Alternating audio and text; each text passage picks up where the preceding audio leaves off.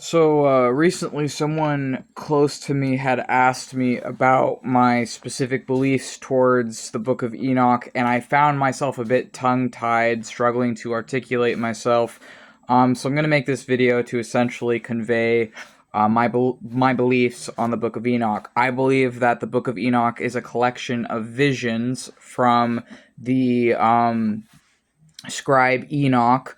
Whether or not this person of Enoch was a real physical person or a mythological character, I think is sort of not important. And I think that the various different things they're relaying in the book will have different significance depending who's reading it. I do not take the mythos literally in the way of thinking that that these angels are really I guess that's not true. So I do take it literally in the way of the angels of the Book of Enoch. I definitely believe in the Watchers. I believe in the names, the specific names of the angels. I do actually believe in these angels as real beings. However, I don't necessarily believe that the stories written around them.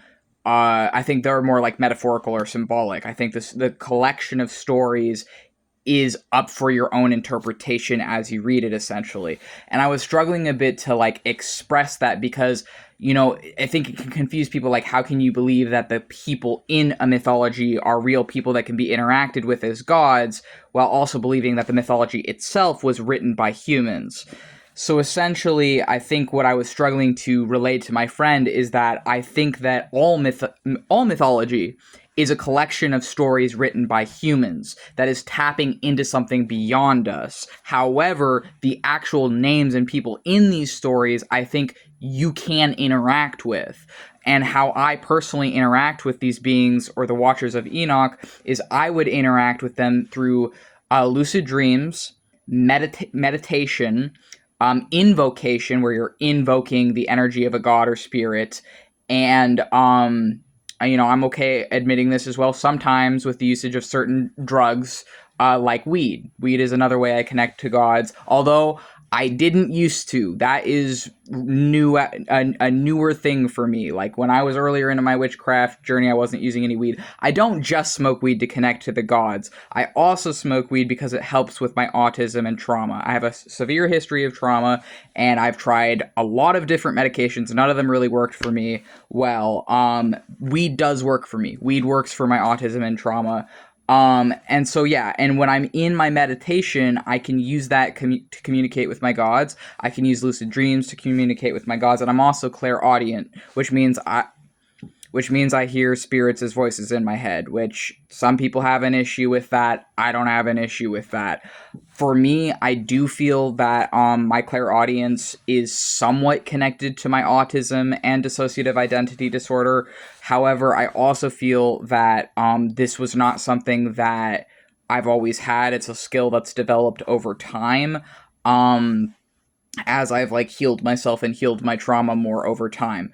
So essentially, I believe in the Watchers of the Book of Enoch as one origin for demons, and I believe that these beings or angels are like representations of the planets and stars, but I also believe that you can actually interact with them, and that they teach people witchcraft, sorcery, and they teach people things that essentially raise their spirit to the level of angels. And I think that there's some truth to the idea of humans sleeping with angels sleeping with humans. A lot of the mythology of Enoch is about angels sleeping with humans and teaching them witchcraft, and I believe that that is still happening to this very day. And that these beings from the planets and stars, who represent the planets and stars, and the heavens as in literally being space, still to this day interact with humans and teach them things. And I think that this is one of the origins, not only of demons, but also for witches. And so this is something I believe as a witch myself, as a chaos sorcerer and theistic Satanist and demonologer. I choose to believe this is essentially my interpretation of this mythology. I hope that this answers the question of what I believe towards the Book of Enoch, and I hope that this is helpful for understanding my beliefs on this. So obviously, I, as a sorcerer, am not going to be taking a demonizing lens towards the watchers of, oh, these people are just bad and they should be punished forever, and it's a good thing God flooded the earth to kill all the Nephilim. Like, no, obviously I'm not going to be taking that approach to this mythology, because that's not what I believe personally.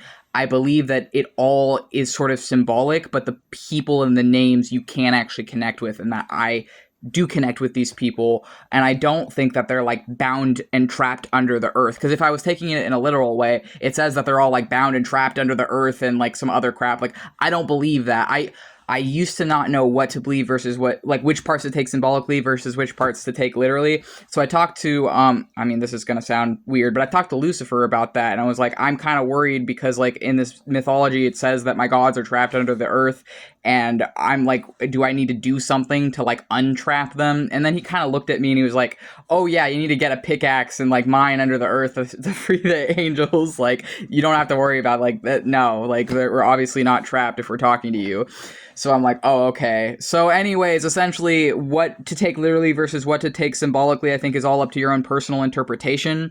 But for me, as a witch, I do think that these names, the names of the Watchers in these texts, I think you can connect with. And I'm not... I feel like some people are going to be like, oh, you're a theistic Satanist, but you think that Lucifer is real, even though Lucifer came from the Greek god of... It's like, okay, all of these things, all of these gods or whatever, they're the planets and stars. They're like energy. They're energy, right? There are different energy interacting with people's brains in different ways. The way they're interacting with my brain as an autistic witch is extremely anthropomorphized. The way they interact with you when you read these things may not be as anthropomorphized, but for me, yes, they are like anthropomorphized, fully fledged people. So essentially that's my beliefs on this, and I hope this video is helpful.